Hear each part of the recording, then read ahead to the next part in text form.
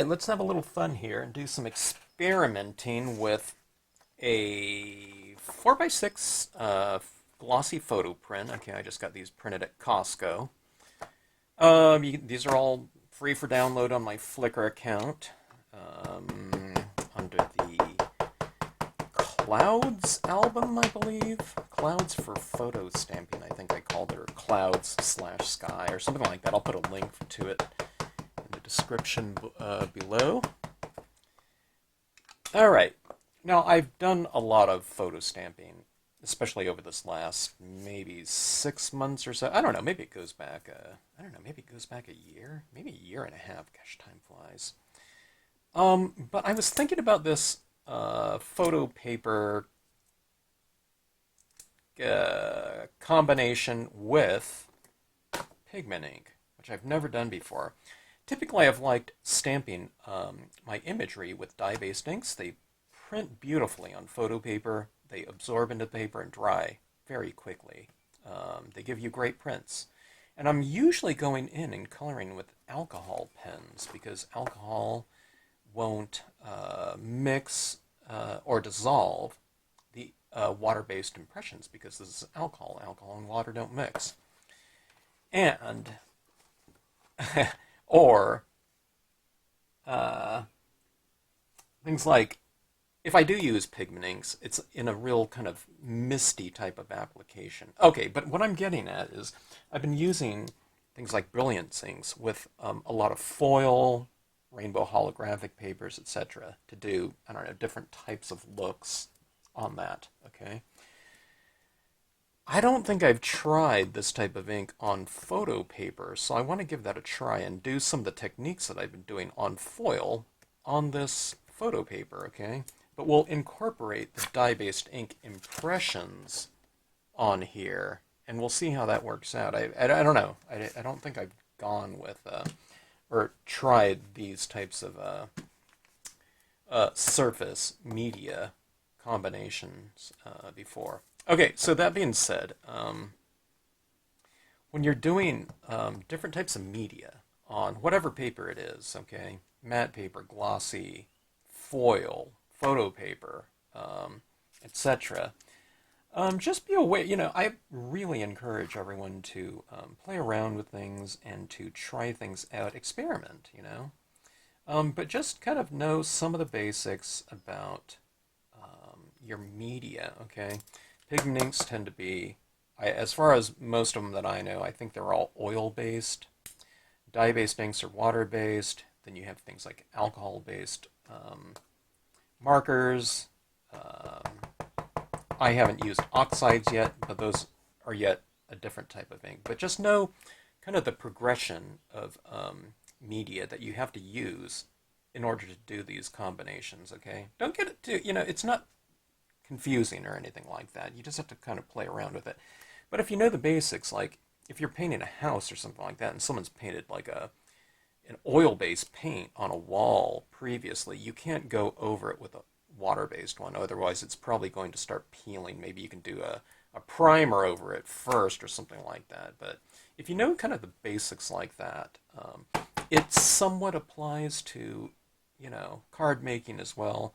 I am going to put down my water-based things first, and then maybe I can move into my oil-based inks over the top of it, okay? But I think if I put the oil down first, I just don't think the water-based will stick to it, okay? I don't think I'd get a clean impression. There's always, I don't know, there's always exceptions to all these things too, so I wouldn't not try something, just in general. You can kind of make assumptions and start with that, but I don't know, experiment and play around with it too.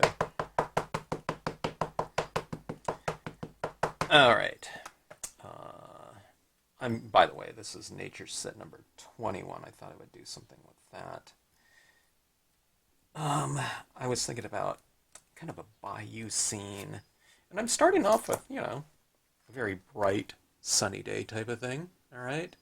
But I want to bring in some kind of heavier types of looks to this composition in terms of lighting and mood, etc.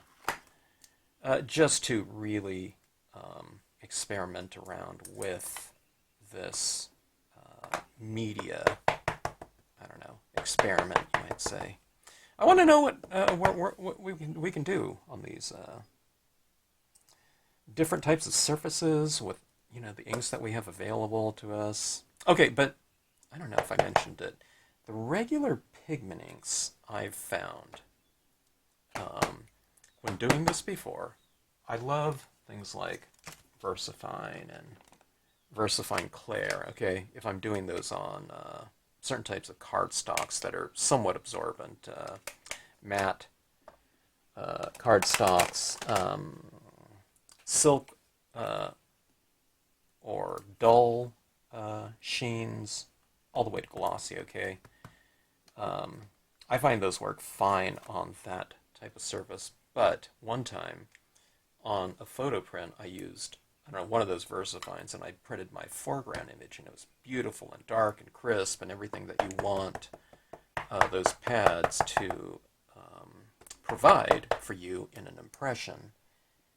But I don't know when it was, days later, it could have been a week later, I looked at it, and my little figure that I stamped in the foreground had completely bled.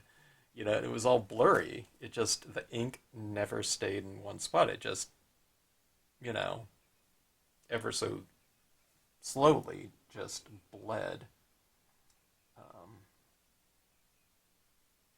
outwards. And it was just a complete little blur. And even after probably a week or whenever it was, I noticed, oh, I could take it and I can kind of smear it. So it just never dried at all.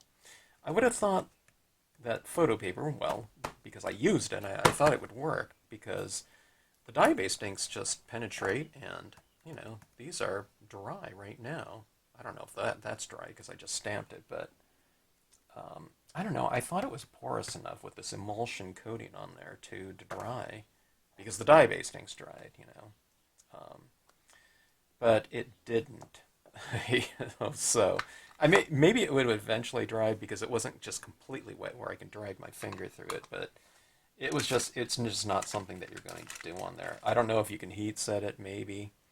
The Brilliance inks are designed to, you know, to dry, and, you know, they heat set just fine, so those are no problem. But, yeah, I don't know. You can't use certain media on this surface here, okay? So that being said, we're going to try the Brilliance right here. Okay, so I'm just building this composition out. I added the, you know, what was the foreground now became kind of the midground now because we have closer elements here. I'm just adding elements kind of above and below my, I don't know, my main subject matter here. And we're going to use that to create depth, but we're really going to push depth, hopefully, with the use of applied shadows and tones and atmosphere and lighting, all that good stuff. Okay, now here's the thing. I usually don't go in and blend too much with dye-based inks in here. That's why I like using my alcohol pens. I can kind of color in, I can add shadows underneath things. I mean, I can do alcohol and this, but that's not what this test is about. I want to see how this works on here. Okay, but the dye-based inks, because you can see how this dries really fast, if I tried to take that on like a paper towel or a little cotton ball and add in tones like that, I think it would just dry too fast because this emulsion coating is very absorbent. That ink hits it and it just grabs it, okay? That's not really conducive for blending, you know, smooth gradations of tone and all that kind of fun stuff that I want to try on here. So I need something a little bit thicker like this that I think I will have. It'll give me the time to blend it around a little bit, okay? And what I'm going to use for that is a 100% cotton ball, all right? I always mention that because I've tried the synthetics and they don't absorb moisture very easily, okay? That's why, you know, things like capilene and nylon clothes are often good for like cold weather. You know, there's wool and things like that, but uh, you know, the nylons, they wick moisture away from the body. So that being said, it just doesn't absorb very much moisture for me. And if it doesn't absorb very much moisture, it's not going to um, transfer moisture because it's just not in there, okay? So that's why I like to use the 100% cotton. I've tried the other ones before and it just didn't work at all. I was fighting the medium too much, okay? All right, so let's give this a try here and let's see how this goes, okay? Now, I'm doing this, I'm not going for like a big thick slathering like a paint roller approach to, you know, media application. What I'm going for is I'm just going for, you know, dabbing this down. And you can see how kind of light and delicate that is. If you press too hard, you're going to be getting, you know, your fingers kind of pushing through this and getting these big blobs like that. I get that still sometimes too because, I don't know, maybe I'm going too fast or something like that. I'm not taking my time. So it happens, but just by and large, what you're doing, you're just kind of pressing down and you're not going all the way down where, you know, your finger is going to touch the surface. You're just dabbing it like that, okay? Now you can see already here, we're creating a little bit of a lighting scheme, okay? One of the easiest ways to create a lighting scheme is just to create a vignette. You just kind of create this border of darkness around something. Okay, now here's the thing about vignettes. I think it's good to not just do it solidly. A lot of people go like this and they just stay there, okay, in the corner, like that. And they don't move. What you want to do is you want to kind of transition it where it's kind of, you know, built up a little bit more on the edge, and then there's a gradation change as it moves inward, okay? So that's why I don't work this way, dot, dot, dot, dot, dot. I'm working from the outside in, okay? I'm not just going perimeter like this. When you do this, and go like this, you know, this type of application, it builds up just like a solid bar of tone, okay? But you want to build it where it's darker on the outside, and then it gets medium and a little bit lighter as you move in, okay? All right, I did what I said not to do. I think I was picking up a little bit of my fingers, something like that there. So I have a little ink there. But let's test this out. Let's see if that's absorbing right in there, or if we're able to kind of blend it a little bit. All right, okay, it's grabbing it pretty good, okay? So that being said, I don't know if I'll be able to manipulate it very much, but let's see how this works, okay? See how that cloud's getting a little bit stormier looking? We're kind of changing the time of day of the scene. I do think that it looks, you know, I think it looks okay, though. Alright. Do you see how it's changing it's kind of changing the spirit of that cloud, though, isn't it? It looks a little bit stormy now. And let's put this little bayou house and a little bit of shade. And when you do that, aren't those windows kind of standing out more and more the darker you take the area around it, okay? So see this right here? I'm just kind of barely tapping this, all right? Where you can barely see anything with each tap. I mean, each tap it's almost invisible, okay? It's only through repetition that you get a little bit of tone showing like that, okay? Now, everyone that has any difficulty with any of my processes, they're just trying to build things up too fast. They want that after like 3 taps or something like that. It doesn't take long. I mean, that took like, I don't know, a couple minutes, right? It's like 2 minutes, and this is, I don't know, that's like a quarter of the card right there. So it's not as if it's going to take forever. Now, you can move faster, but I would always kind of, you know, recommend taking it at a slower pace, at least when you're first starting to do this, you know. You get the feel of it, and you also get the feel for the this particular tool you're working with. You know, it might be a little bit kind of uneven. You kind of learn the shape of it and how much is applying, but you just do it in just such a slow, controlled application that you have a good control over it. The less you apply with every tap, the more control you have over what you're doing, okay? Which isn't to say that, hey, you should take 3 hours to do that or something like that for complete control. You know, we're doing it within reason, okay? All right, now, you see those lights in those windows right there? I have those drawn right into the design, okay? So when I'm going in here and adding tone, I'm just kind of reiterating the shadows down here, but I'm going to retain those, you know, those two areas of light right down in there by not toning them all out, okay? So what do? Where there's shadow in the design, I'm just adding more shadows with this, but I'm adding it. Watch this. Okay, see how many taps I made right there? And I just have that little bit. It's like barely a little smudge, okay? What that means is control, and that means super ease of application, okay? Remember, there's hardly any things out there that we can use in the form of an applicator that's softer than a cotton ball, right? I don't know, I guess you can use like a feather or something like that, but that's not going to be very practical in terms of an ink applicator for us. So a cotton ball, is a pretty good candidate for this type of process right here. So you're adding very soft applications in a very gradual manner, okay?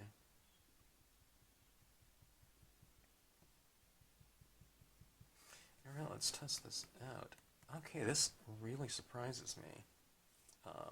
I thought I'd have a little bit of time to manipulate this ink. Once I got it laid down, I was going to put in some reverse streaks into the surface. And to create additional light that way. Okay, I thought I was going to be able to do kind of subtractive processes, after I add. This is an additive process. I thought I was going to be able to do kind of subtractive processes a la, working on foil, but that's not going to be the case with this. So, it's the only thing. If I wanted to do a subtractive process, it would have to be that Versafine Clear, Versafine, or just any kind of regular pigment ink, okay? But I'm not going to do that because it's not going to dry on here. All right, so kind of bringing this vignette up a little bit more. Okay.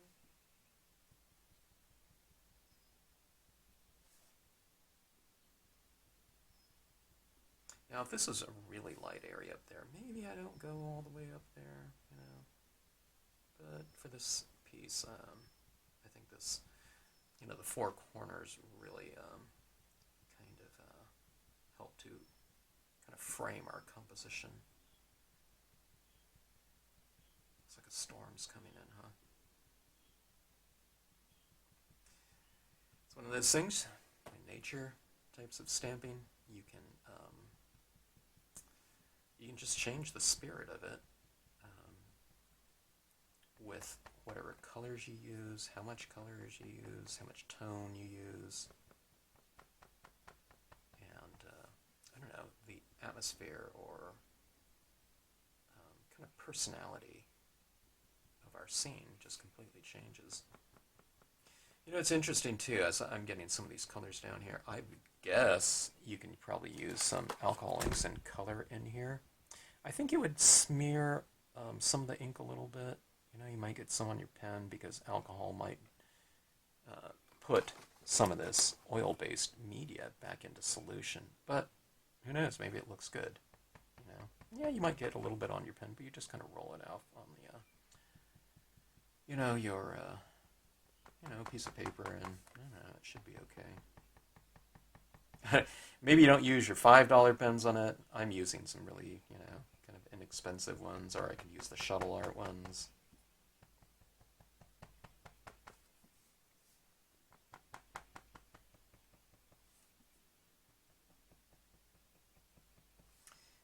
Okay, adding in, I'm just kind of making some areas a little bit darker, okay, so, but I just kind of build up to it gradually. I don't get it in one fell swoop, you know what I mean? I'm just kind of making my assessments as I move along. Okay. Let's see over here. I find that this, I don't know, this combination is pretty good.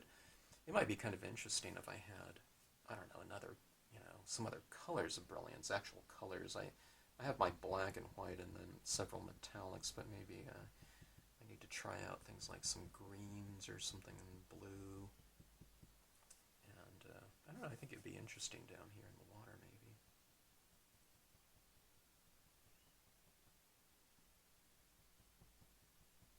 I don't know, see, I'm just getting darker and darker here.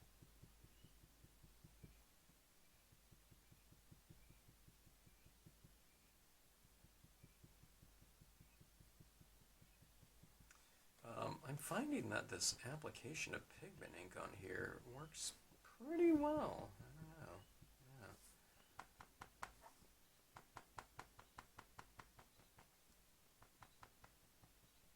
I don't find the blending to be awkward. You know, I don't know, you might notice I'm kind of moving. I think I'm moving a little bit faster. It feels like I am. Well, first of all, it's also darker over here. When it's a completely light scene, I mean, I tap into white, you know what I mean? It really stands out. But now it's getting fairly dark, so each kind of application that I do, you know, it's not as visible.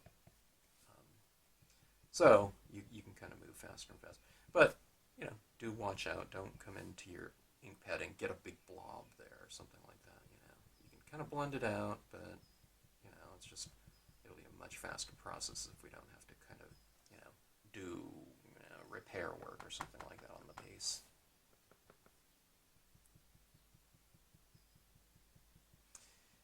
Okay, so that is that. Alright, that's pretty cool. Kind of debating on whether or not I want my bird in here.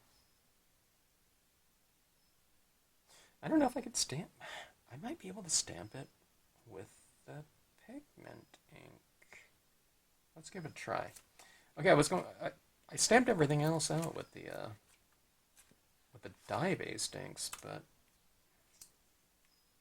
I don't know. Maybe just the pigment ink could be used. Let's give it a try. Okay, I'm not going to use this whole bird. I'll just have them kind of coming in from off the page. All right. We'll see what it looks like in terms of impression quality. Now I'm going with the Brilliance Black, just because I think the Brilliance will stamp over that Brilliance applied tone down there.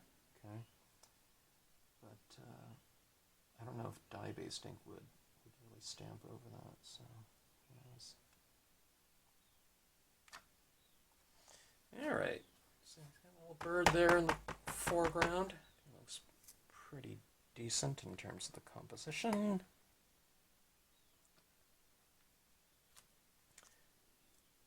Oh, I have some lily grass here. Let's get a little bit of that texture.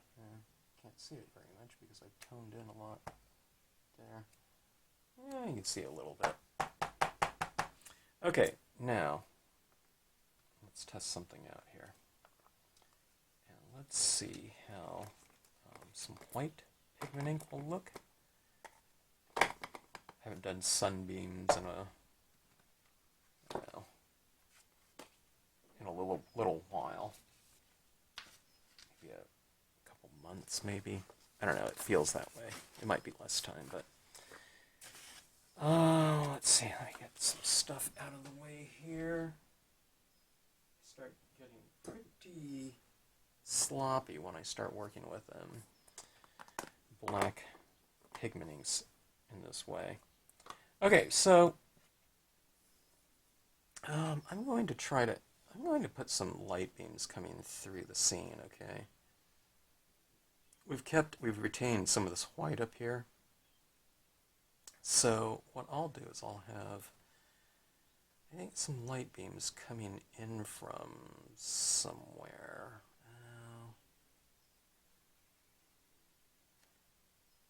Or they can be coming out like this.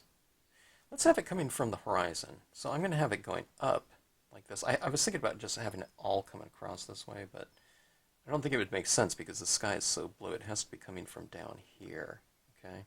All right, so if you haven't seen me do this before, what I'm talking about in terms of light beams is we're going to be applying white into dark, basically.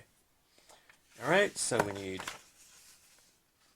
it's real simple. All you need is 2 straight edges, okay? Go with these ones, don't go with the rip side. And then, this just adds in, I don't know, it adds in kind of a dynamic element into the scene. Let me see something right here. Okay, I'm going to have my source of light be the top of this tree right here. See this 1, 2, 3, that third one, okay? It's good to have kind of a focal point, or a vanishing point, okay? And just to stay consistent with it, it makes these light beams kind of make sense, okay, in terms of a source of light.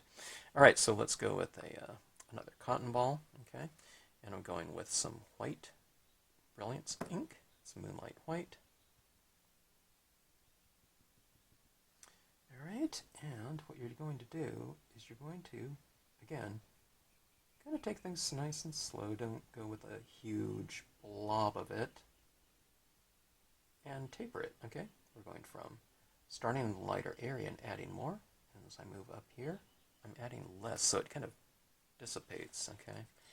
And then what you have is that type of thing right there, okay? See how it's stronger and then lighter up there. See, this is shading. We go from dark to light. But this one, we're starting in the light, so we're working from light to dark. Does that make sense?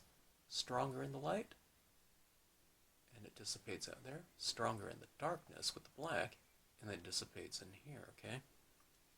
So it's like we're working from dark outside to in, and working from light inside to out, all right? All right, second beam. Start off again here.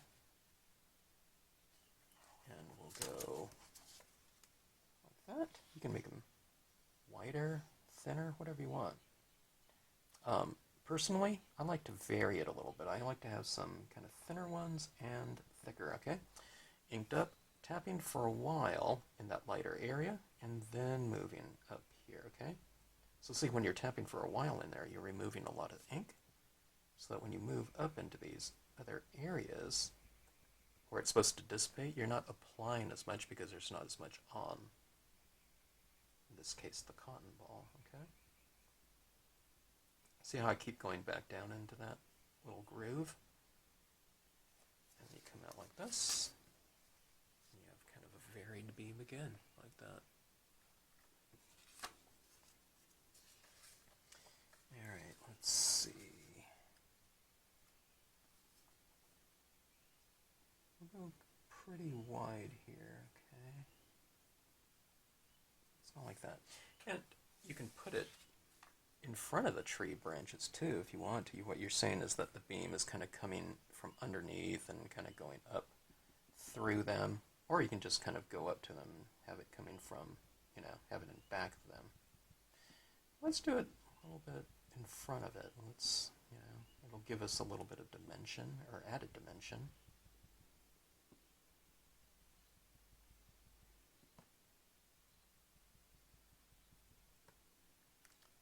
Okay. See right there? It's very subtle right there, and it goes down that way. Okay, but let's make one much more bold now, okay? Let's have a beam coming right across here and through this darkness right here, okay? So come like this.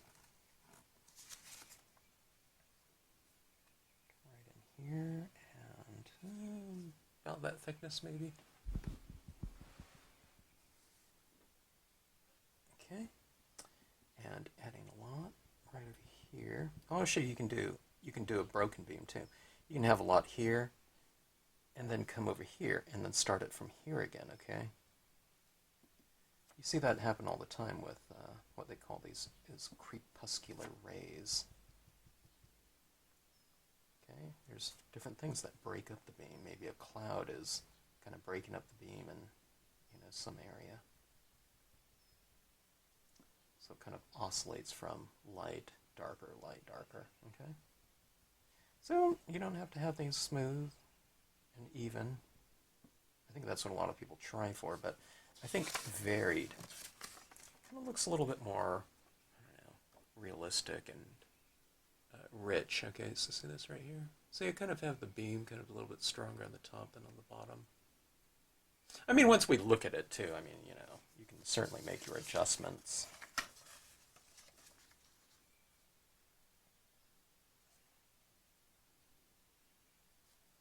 All right, let's go with this one. Let's give it a little bit more of a solid beam. Just to contrast against the beam right above it. So like that.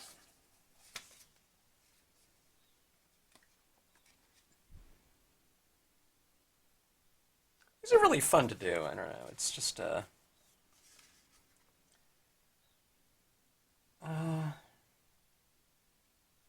it's just kind of it's a fun technique to do.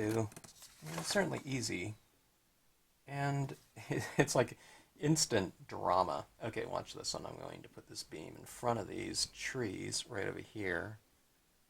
All right. I can kind of see them, little peekaboo thing. And what I'll do is I'll have it coming from behind the house. So the house is right here to here. So I'll put a little bit coming from behind the house, like the beam has, it's like in the haze or something like that, penetrating this fog or whatever, moisture in the air. So here's this beam like this. It's coming across here. It's in front of those trees, but in back of the our house like that. Okay.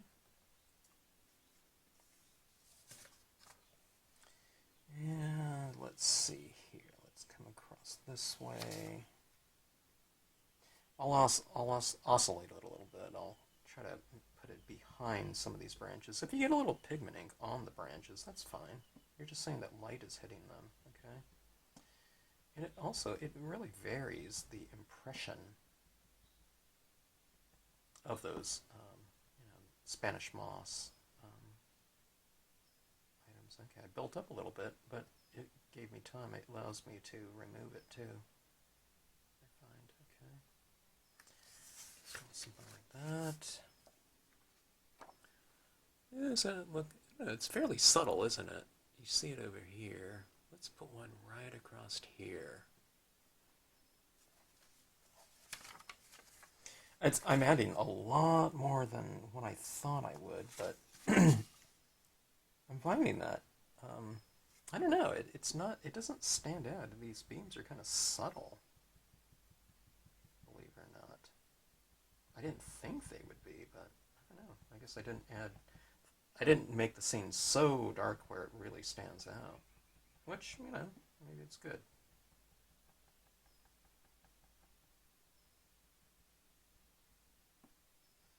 Oh, one of the things too, before I forget to mention, I try to remember to mention it whenever I'm using this pigment ink in this kind of fashion or however.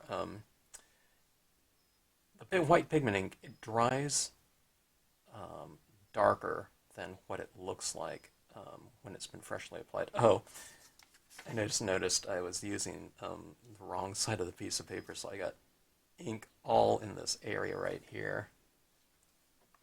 You almost can't even see it, so I'm just going to wipe it off like this. It really built up on a piece of paper, and I guess I flipped it or something like that at some point in time. So just taking it off right in there. I just took it off with a Q-tip. I think I did remove some of the the black impression or something. I'm not sure, maybe not. Oh no, what I was removing, I think I was removing some of the black pigment ink that had been applied back there. Okay, so we've got all that down. Now what I do now is I kind of blend those beams together a little bit more. And so I just kind of freehand it. And also right around in those clouds too. Let's bring this in a little bit. And let's add some white pigment ink around some of these clouds and make them look a little bit airier. It also gives the same consistency on those clouds in the background with the beams. Okay, so it gives them a little bit of continuity. You don't have to put it over everything, but here, see, I'm just kind of making that cloud a little bit mistier right there. And it just kind of relates to that, you know, that pigment ink look right there.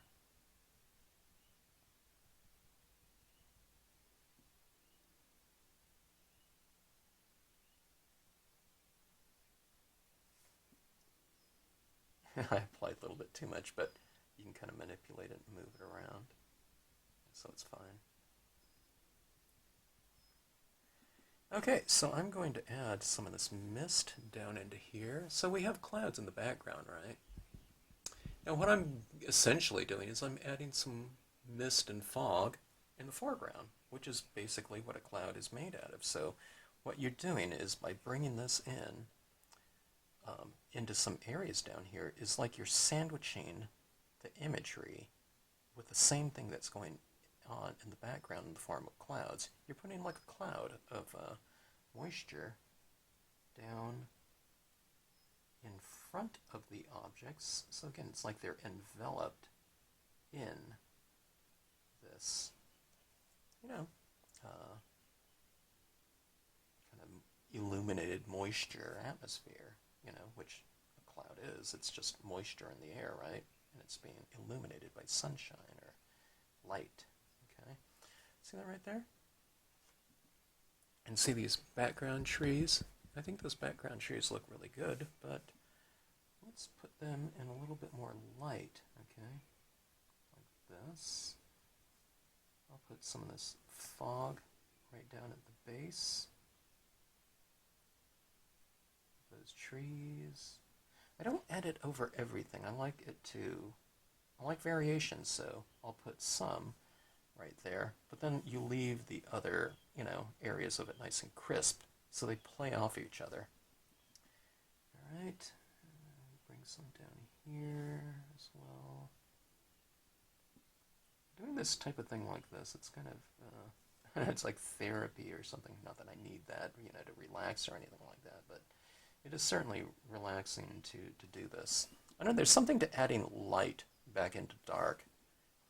I mean, we're doing an additive process right here, but it's almost like, it feels like a subtractive one, like you're removing darkness and revealing light. It kind of has the feeling of that.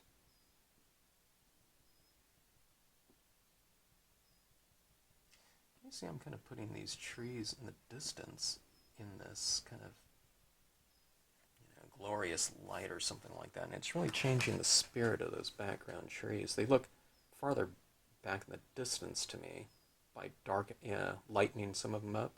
But now look how these ones play against those ones. These ones were the same color or value as those, but just by toning them out a little bit. But see, there's some areas that are still nice and dark.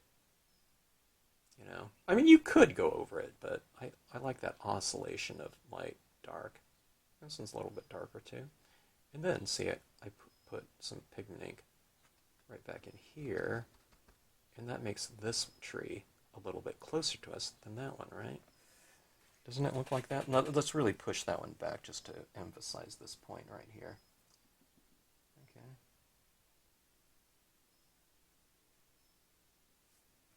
Okay, now look at that tree back there now.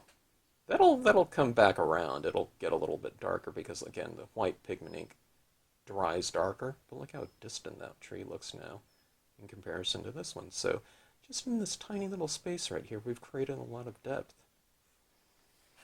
And what does it take? A couple taps of pigment ink like that, okay?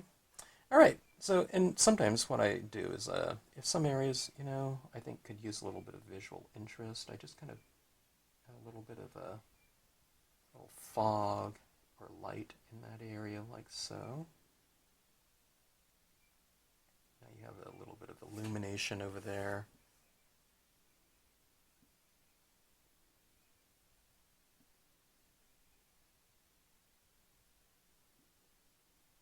Okay, put some on the water surface too. I'm trying to avoid the bird. I got a little bit of this pigment ink in its beak, but who cares? All right, so we have that. Oh, one of the things I did the other day was I did little fireflies, and I thought, oh, I forgot I had different greenish, yellow paint pens, which are probably perfect for that. So let's see if we can add a little bit of a color into this piece right here. I don't know how it would look, but it might be kind of interesting. Let's give it a try. Okay, with that, this is the Artistro paint pens right here. I bought this big set of them, just, they're relatively cheap. Okay, I used to pay a lot more for just your standard, gel pen back in the day. They're like $3 or $2.50 or something like that. The ones that worked. Now these ones, I don't know, average like $1 each or something like that. But for me, they never clog. Okay, but that being said, you really have to shake them up every time you use them. I think that's the thing that keeps them from clogging too, is that the ink is fairly thin, but when you apply it, it's reasonably opaque. Okay, now I'm taking a look at that green there. That green's it's a little bit dark, so let me go with this one's like a lot more of like a fluorescent yellow, practically. Okay.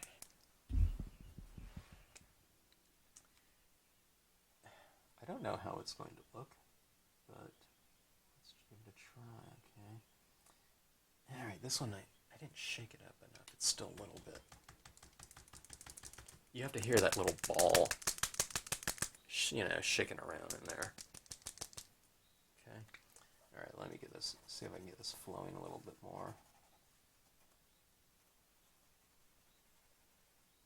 Okay, let me give this a try. This paint pen is really translucent. Okay, here it goes.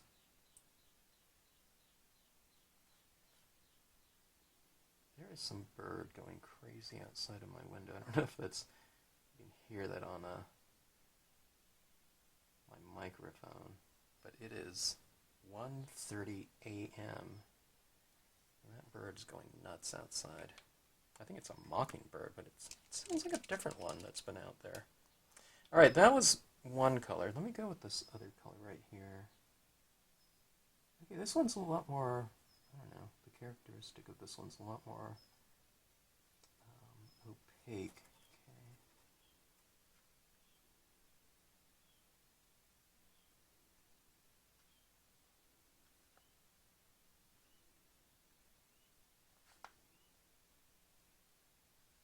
Oh, good, yeah. All right, so here we go here. Some little dots throughout there. I'm not done with it, but that is that. We have our Brilliance pigment ink. This part you can probably just use a regular white pigment ink, I'm guessing. Because of how little you're using. I don't know. Experiment, test it out and see if it works. Okay, so let's add a little bit of that glowing aspect to it. Again, it's all about removing enough ink, okay? 100% of the people that ever have problems with this, same problem. Way too much ink. They want to see something being applied upon one application. Completely understandable, because that's how media usually works. But what we're doing is we're manipulating our media by using kind of smaller amounts of it and building it up to the the characteristic that we want from it. So on this case, I just want a tiny little glow happening. And if I'm, in order to achieve that, you have to apply a very tiny amount, okay? So watch this right here. See this? I'm just dabbing it. That was about 20 taps for that little tiny glow there, okay? So if you divide up that, very hardly visible little glow there 20 times, you're talking about a very light application, right? Okay. That's about 10. 19. Okay. There. So if I taste 20 taps, I mean, it's not like, oh my god, that's going to take forever. No, that was, just a few seconds right there. It's getting drier and drier on here, but, you kind of get more and more control over it, too. The drier it is, the less you're applying, the more control you have over whatever quality you're going after. Now, I mean, if it's completely dry in there and you just you're tapping it, it's taking you 100 times. It's time to re-ink it. So just kind of get the feel of it and be careful every time you re-ink it. Use a very light touch at first. But look at those little lights like that. Aren't those fun?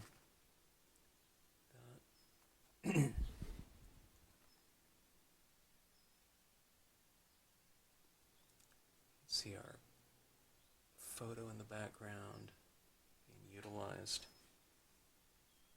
I'm going to do something too. I'm going to put a little bit of a kind of a lens flare looking thing in our scene. I'm just going to take my white paint pen. Okay, and get that flowing. One of these pens I think was kind of getting dry on me. These things are so cheap though. An 8-pack is like, I don't know, what was it, like $8 or something like that? Here we go. And I did use one of these pens so far to completion. I mean, I do use a lot of the, my pens. And as much as I use it, I've only gone through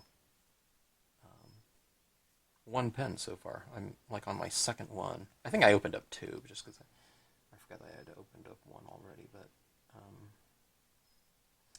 see, I'm kind of adding that right into the beam like that. Okay. Like in photography, you get this nice little flare sometimes when you're kind of pointing the camera, in a certain direction. They use that type of thing in movies too. It's something that in the old days the head of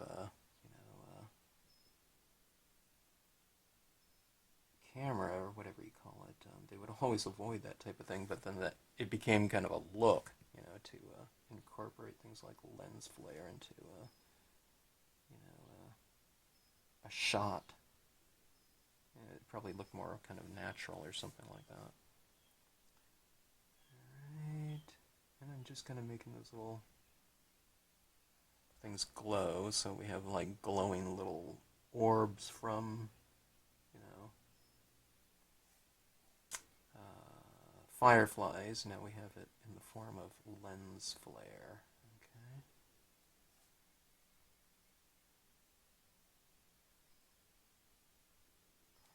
Alright, so there we go. Something like this. It's fun little lights over the bayou. Trying to decide if there's anything else that I want to add in here.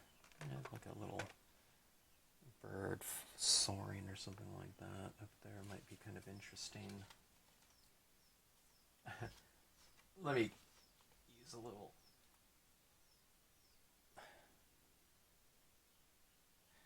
I'm going to use this little super tiny little eagle here. This is from a different set, so. And let me see, I better use the Brilliance. I was going to use the dye-based, but I think I'm going to be stamping it over that beam, so I don't know. I need to be careful about what I use here. Remember, pigment can stamp over pigment. I don't think the dye can stamp over pigment. Alright, so I'm going to blot this off once too, like that. Just so I can get kind of a lighter impression of this. Maybe, I don't know.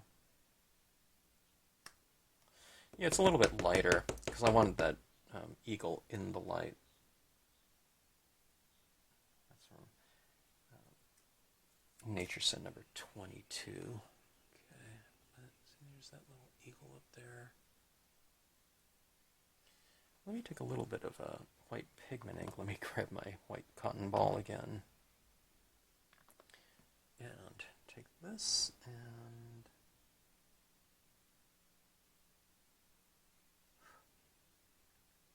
I'll add it over some of that eagle right there.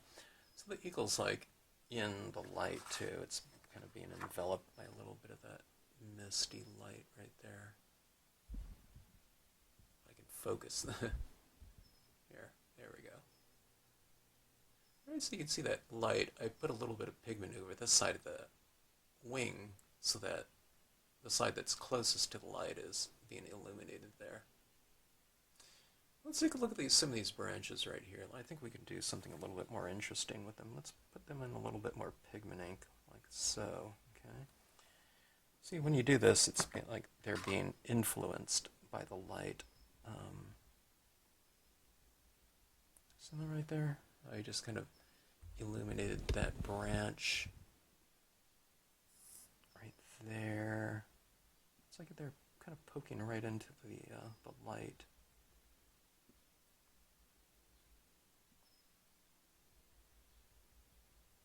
All right. Yeah, something like that. All right, so this scene came out a lot more, I don't know, kind of explosive in terms of lighting than what I originally was thinking about, but I don't know, I had fun adding in those beams and whatnot, so I thought it would just add a little bit more and just see where it takes you. Okay, so anyways, I hope you enjoyed the scene. For me, I kind of get the feel of, I think I have the kind of the gist, maybe, of what Brilliance inks, at least, can do on top of this glossy photo paper. Okay, it applies pretty good. I don't know, I don't know if I would use this technique in the future more. I think if I did, I would probably lay down some alcohol inks first, and then maybe add in the tones, so I can get a little bit more color in here. I'd probably put a little bit of tan up on that shack there too. I think that would be kind of interesting, and then maybe use the black ink over the top of all of it as a kind of a shading medium, and then add the white over the top of that. So I don't know, I might have to sandwich that ink into the process in the future when doing photo stamping. Alright, so anyways, thanks for watching the video. If you like this video, please hit the like button. We appreciate it, and as always, thank you for tuning into the Stampscapes channel.